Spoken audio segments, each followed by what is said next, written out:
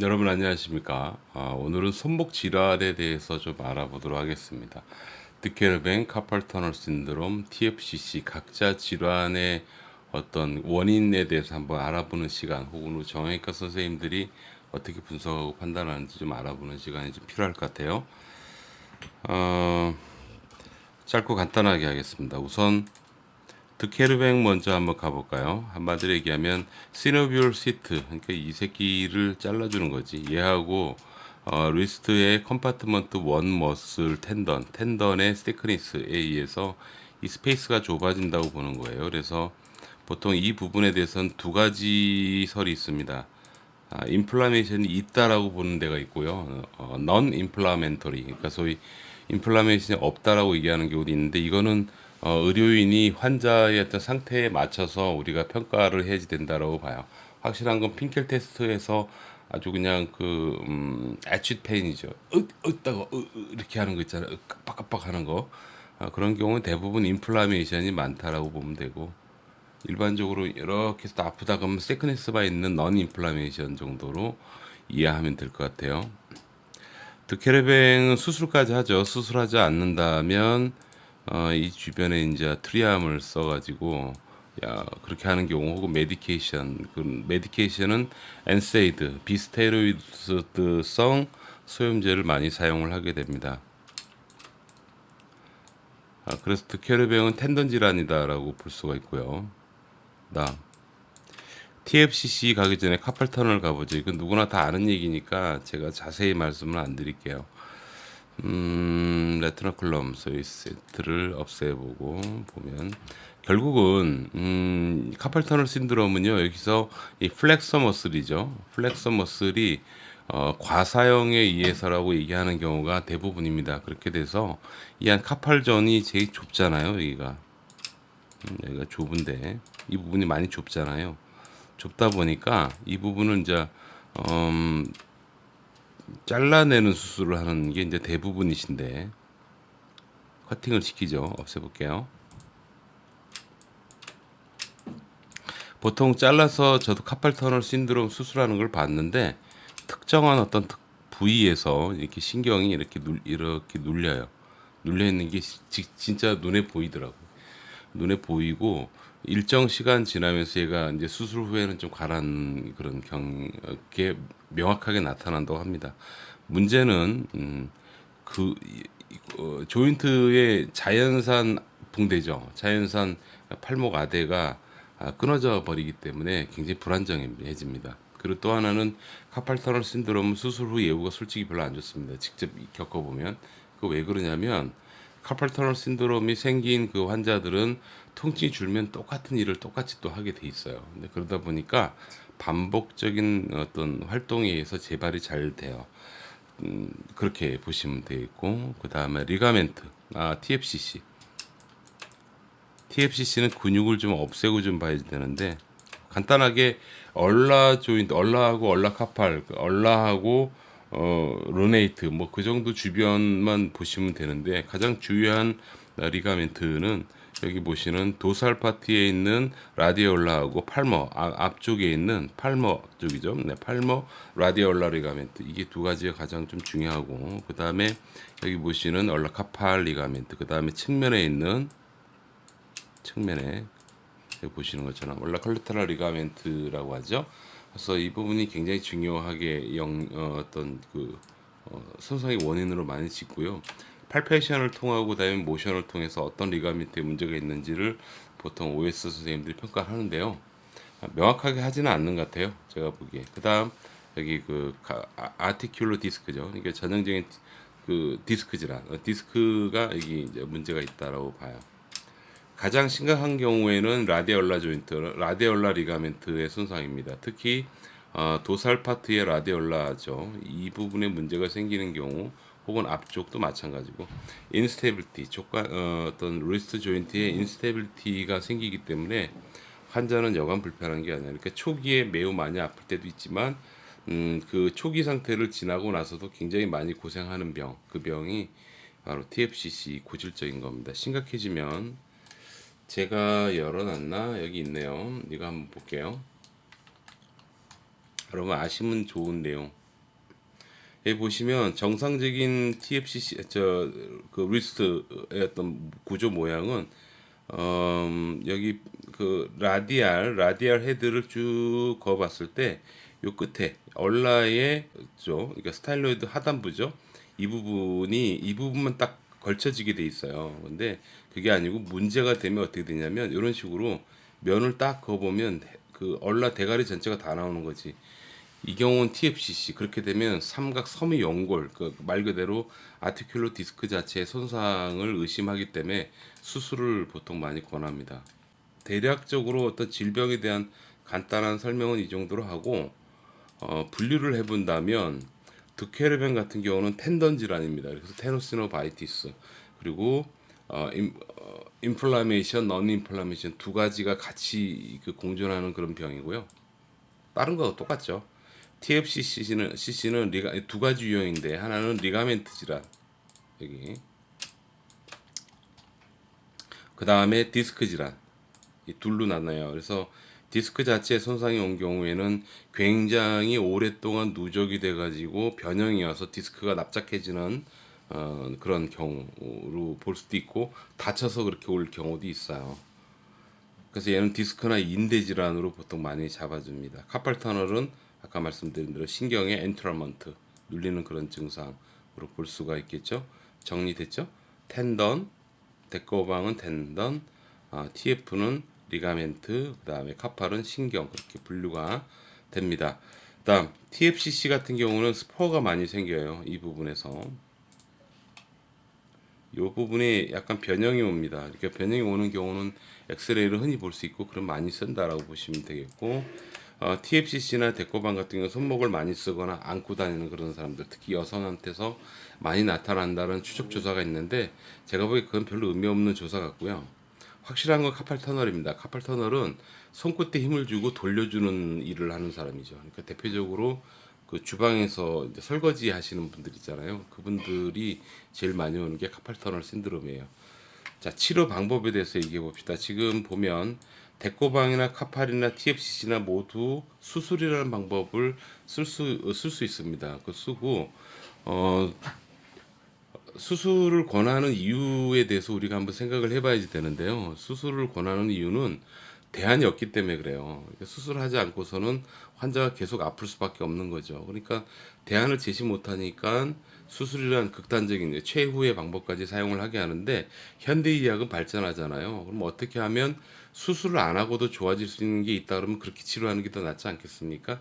그런 의미에서 저는 다르게 접근을 한 거예요. 어떤 의미냐면 이 자체 손상, 데코방이나 뭐 TF나 카팔이나 관계없이 그 자체의 원인에 대한 포커스는 포커스대로 확실하게 병명을 알아내놓고 대신에 그 증상에 집중을 한 겁니다. 심토매틱.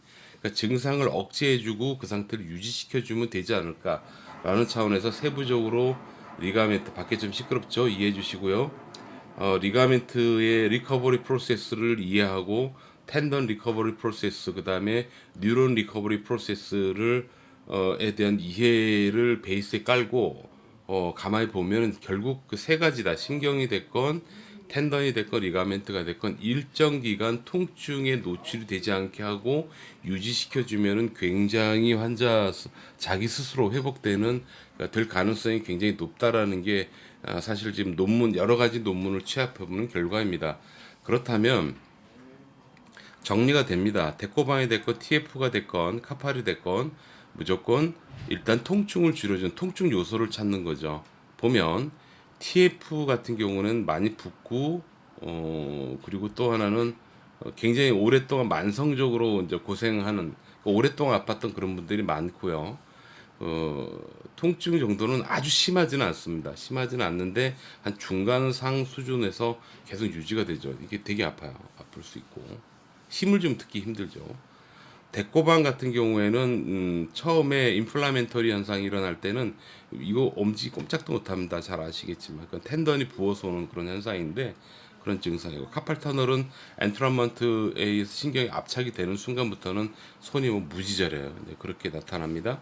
전체적으로 봤을 때 자 데코방부터 설명드리면 텐던의 인플라메이션 있는 거는 수프라스피너스 텐던 테어 로테트 커프하고 거의 비슷하게 여러분 접근해 나가시면 됩니다. 뭐냐?